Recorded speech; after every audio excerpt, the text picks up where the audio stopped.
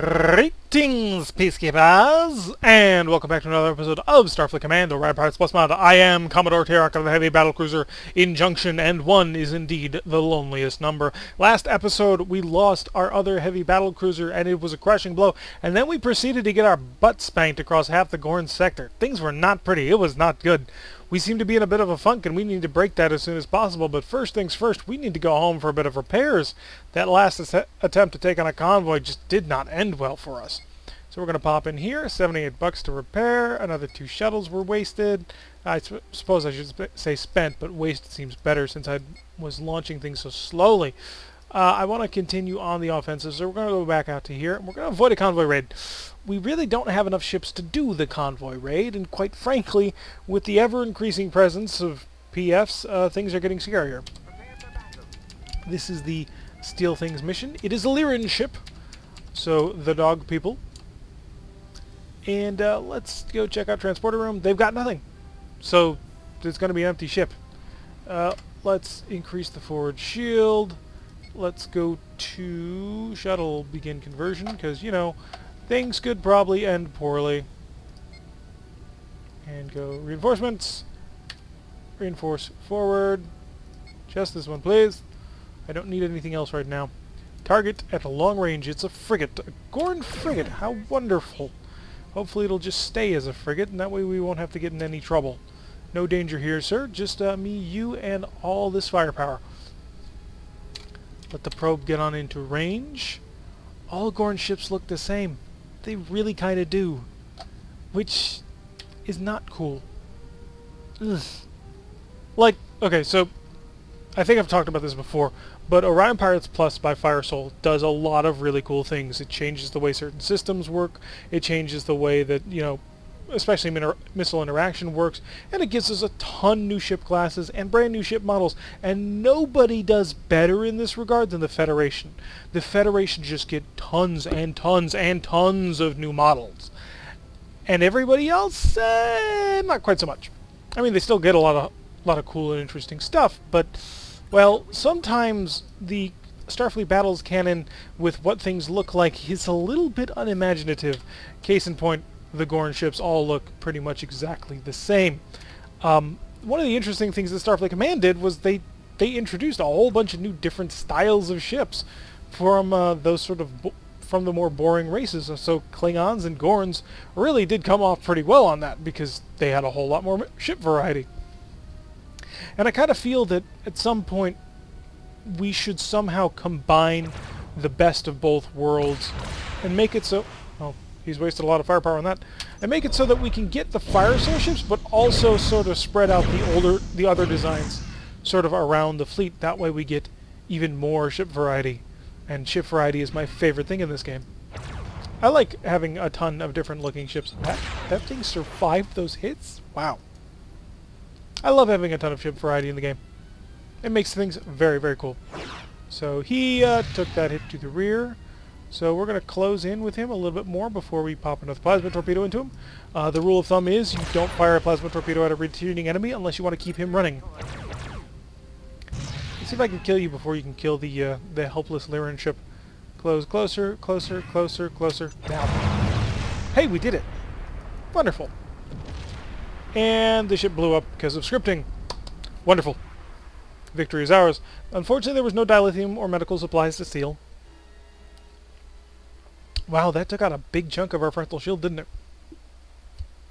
Amazing victory, 166. We didn't really spend anything, and we neutralized the tile. So let's continue pushing on things. Asteroid base assault. Give it a shot. We'll give it a shot. Maybe we'll be supported. Maybe the enemy forces will be light. I don't know that at all. I'm a little concerned, actually. Because potentially things could go really, really ugly. So let's go shielding. Buff that forward shield to maximum reinforcement. And yeah. So we're going at about 13-ish. And we'll increase time. There we go. It's a freighter. I approve. Please tell me it's just a freighter. I'll be approving even more. Probably a Q ship of some sort. Or, if they're really clever, it'll be a PF tender. PF tenders are nasty, nasty ships. It is a Q ship, FQS. We will be prepping another Wild Weasel shuttle. We do have a pretty significant advantage in all this. In that we have a PPD, and they will not have shields when we finally find that asteroid base. Go to normal speed, and just for quick reference, we are traveling upper left-hand corner of the screen. Oh, yes, PPDs. Fire, please. Missed one, but we're going to hit with 3 more. And fire a plasma torpedo. And are you going to drop your shuttle? No, he took it. Okay, fire another plasma torpedo. And that time he did drop a shuttle. So we're going to slow up right on here. Get nice and close to him. And as soon as the attack shift goes away, we're going to light up his world. 3, it's gone. There we go. Excellent. Okay. So that ship is destroyed. Let's increase time again and continue on our merry way. Picking off the shuttle as we go by. Asteroid base, where are you? Oh, there you are. You were in range this whole time. Forward reinforcement is working perfectly. We will fire this as soon as we can. Increase speed. And I get the feeling at some point we should probably influence this. Let's put a point of ECM into play. See how he responds to that. He has no shields, which is a really helpful thing for us. Because he doesn't have shields, we can just fire him with everything whenever we want. Eventually the damage will stack up, and he just will lose. Can I get a 2? And he also puts in for a 2. How about a 3? You gonna follow me into 3 territory? He's gonna follow me into 3 territory. Back down to 0. Now you're wasting power. Ha ha ha. So we will now... Whoops, wrong button. Yes, if you press the D key, you can make it wider. Down to 7. And we will slow down. Put lots of power into that forward shield. Actually, we're going to speed that time back up. I want to get to a distance of about 20. And slow down to a stop. Select 1. 1 missed. Seeker. Hitting. Excellent. From here, what is the chance of an S-type plasma torpedo dealing any damage whatsoever? I'll find out shortly. And it is... Come on. Tell me. A little bit. Okay, 11 damage from here. So we're just going to fire everything. So, maximum speed. I think we can take the hits. Yes, we can. We'll go here just to double check and make sure. And we'll watch how much fire he can put out. He's an asteroid base, so if I'm recalling correctly, he will have 4 phaser 4s and 4 phaser 3s. So, not the scariest thing on Earth, and the fact that he can't defend himself is really kind of helpful. Fire a plasma torpedo. Thunk. Yeah, it does 11 damage pretty consistently. That's pretty good. So it's a little less actually than our PPDs from this range, because we fire 4 shots, and each PPD shot is dealing 4 damage. So 16 damage. Okay, he's starting to take hits. Our forward shields is definitely holding. Things going pretty well. ISC actually are pretty good seizures because of the, or at least against the AI, because of their PPD. The fun thing about the PPD is it doesn't just hit the shield facing the target, it also hits the shields on either side, and if you hit a corner it'll hit the 2 facing shields. So the way the AI likes to do their shield reinforcement is kind of like how I like to do my shield reinforcement. We put all our power into the one shield, because then you get a 1-to-1 ratio.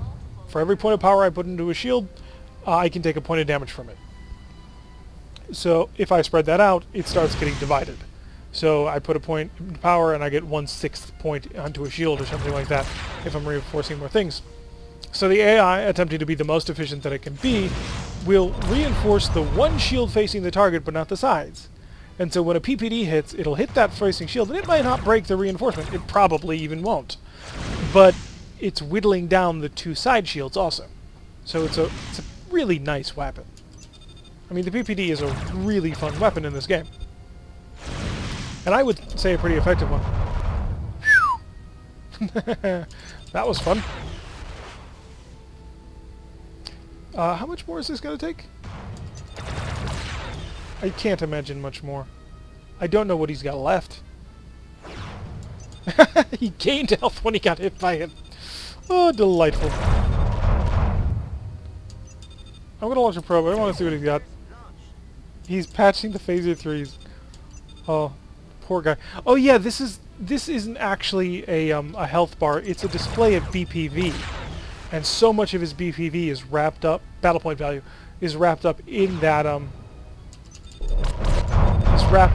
phaser 4. And so when that went away, suddenly most of his BPV went away. So there he goes, exploding into a gorgeous explosion. And some fairly ugly chunks to go with it, but beggars can't be choosers, and it's good enough for army work. So 108 prestige, not a ton, but then again it was only an asteroid base. We need to slowly rebuild our prestige in the eyes of our fellow officers. We'll go on another patrol. Patrols are nice, simple, easy. Well, except when we run into dreadnoughts or, you know, other mistakes that we make. Red alert! Prepare the Wild Weasel. And increase speed. That weasel is more important than moving fast. It truly, truly is. Because if we don't have one by the time we engage something, we're really in trouble. And we'll go to forward reinforce. Power that up. Things are good. Things seem to be holding together. What's this guy's name? Is that two eyes? Iedro? I think that is. Yeah, these officers all have names, and this is actually kind of a holdover from Starfleet Command 1, because you could train officers and they would gain experience over time, and it was actually a pretty cool system, sort of an RPG element that they took out in this game, much to my chagrin. Squaring off against a heavy cruiser, hopefully he's something small. MSR, medium survey cruiser, maybe? I'm going to say that's a yes, purely because the fact that his armament consists mostly of plasma F torpedoes, by which mostly is all of it. First weasel's ready. Immediately begin prepping a second, because we're going to need it, and we'll speed up time. We'll get into combat a little bit quicker. I mean, we're just flying straight at the enemy, essentially. No other targets on scope, although he might be a PF tender. I'm not quite sure what the Gorn abbreviation for PF tender is. It's not V like the Federation carrier. So we're closing at long range. We'll get to a range of 15. Open up with all of the wrong weapons. That was a mistake. That's going to be a costly mistake. Dropping our weasel. And I did actually finally look up the keybind for the Wild Weasel after having taken so many, but I wanted to make sure I was on the screen and ready to do it. The keybind for Wild Weasel is the W key. You can actually rebind most of these things. It's on the main menu page. There's literally a hotkey section just on the main menu, which I think is kind of funny. Rip into his rear. If he pulls out much more, he's going to be in range for a PPD shot by the time these things are charged. So we're going to pull off a little bit. We're going to reinforce forward and port forward. Not that we have much energy to shove into it. But yeah, our shields are holding. He's taken some light damage because of our really crappy shot, because we had all weapons selected instead of the one weapon select that I wanted. Is this going to put us into a position where we can use the PPD? It will, just barely. Come on. Oh, I love it when a PPD hits hull. It just does so much wonderful damage. He still has his shuttle bay intact. And his plasma torpedoes have not charged. He's been using all of that power for speed, rather than the more suggestible option for a Gorn ship with super heavy armor and low maneuverability. Oh, let those phaser 3s go to work. Plasma S torpedo about to come online. It is firing towards an enemy who's fleeing, but the range is relatively short. So is he going to dump his plasma? Wild Weasel. He did not. So we'll get into him with the other one. And this is going to hurt him quite a bit. There's no other way to put it. Ouch. We're going to pass on the starboard side so that we can rake him with this phaser. Actually, we can do both. What do you got left? Crew? Nah, not worth it. You're not even worth it, mate. Just gonna leave you there. Leave you to starve in the middle of space now that we've disabled your engines. No, we're not that cruel. We're really not that cruel. But we are gonna do this. Yeah, we have PPDs, and I love using PPDs to kill things, because it feels very rewarding to do so. Really, phaser teams? That's what you're going to do to me? Wow. So sad.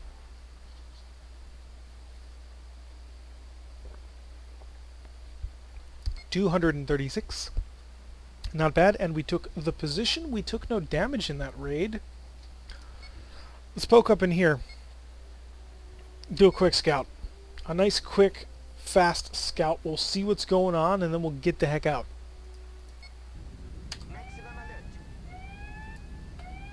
Ooh. But we can take that. We can take that. We really, really can. I'm fully confident in our ability to take that. Okay, forward reinforcement. Go to full power. Thank you. Increase speed so we can get up in his face sooner.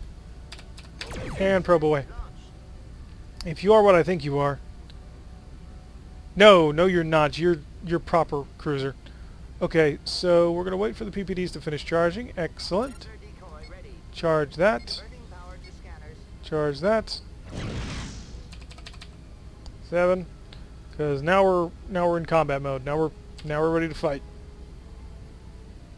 Weapon group 1 selected, and only weapon group 1. We don't want to fire everything this time. So he's got an R-type torpedo. Ours are big. They're power hogs, but they're very, very powerful.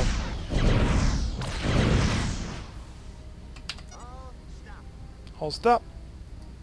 We have all the data we require. We may leave at any time. Wait for that to hit.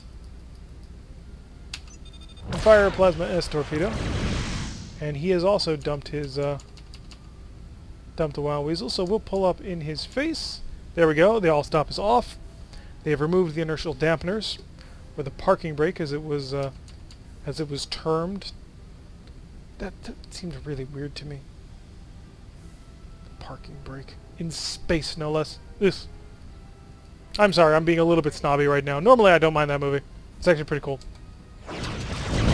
I mean, the one that came after it was... We're not going to get into that discussion because you know what? Star Trek isn't something that should be gate-kept from older fans thinking that younger fans liking the newer movies is a bad thing. It's not. Star Trek is Star Trek. We're just going to go with that. We'll be all-inclusive. Very forward-thinking of us. He can outturn us. Oh, we got all our information, didn't we? I could use that point, those 3 points of power back, please. Pop our rear shield, probably? Yeah. We've almost lost our rear shield. There we go. Another nice hit. This will take out our rear shield. And some damage. Oh, gosh darn it. This is going to take out a PPD, isn't it? Those PPDs are so fragile. It's like they break to almost anything. Come on. Come on. Give me speed. There we go. Up. Punch through. Punched through. Nice. I really hate that beam technique. It's just... it's unfun. Like, it makes sense. Yeah, I get it, but... Okay, so that R-type torpedo is going to be ready. Spamming that W key. Just it's like, holy crap! Suddenly, holy crap. Let him get nice and close. Wait till you see the whites of his eyes, and now! Just lay into him. Continue to fire. Helm. High energy turn.